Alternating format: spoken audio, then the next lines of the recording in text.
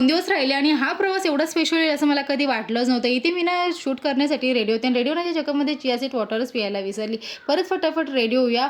1, 2 आणि असा होता आजचा माझा लूक. तुम्हाला कसा वाटला कमेंटमध्ये नक्की सांगा. मला तर माझा लूक खूपच आवडलेला आहे. जे पण रील्स बनवायचे ते मी बनवले.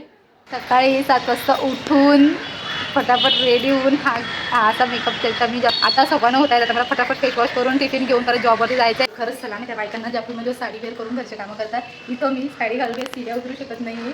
मी पडली एकदा चढत तरी जेव्हा मी पडली. आता बघू व्यवस्थित उतर. खूपच जोरात मला लागलेलं, पण जाऊ द्या फटाफट खालती जाऊया आणि कडक चाय पिऊ. आणि एवढ्या गरम गरम चाय पिण्याच्या चक्करमध्ये ना माझी जीभच जळालेली. पण जाऊ द्या फटाफट कपडे चेंज करूया आणि नाश्ता बनवू. नाश्ता ना मलाच बनवायचा होता, माझाच नाश्ता बनवायचा होता. बाकीच्यांनी तर नाश्ता केला तर मला ना मुंगदाळचे चिले खायचे होते म्हणून मी माझा नाश्ता मीच बनवत होती.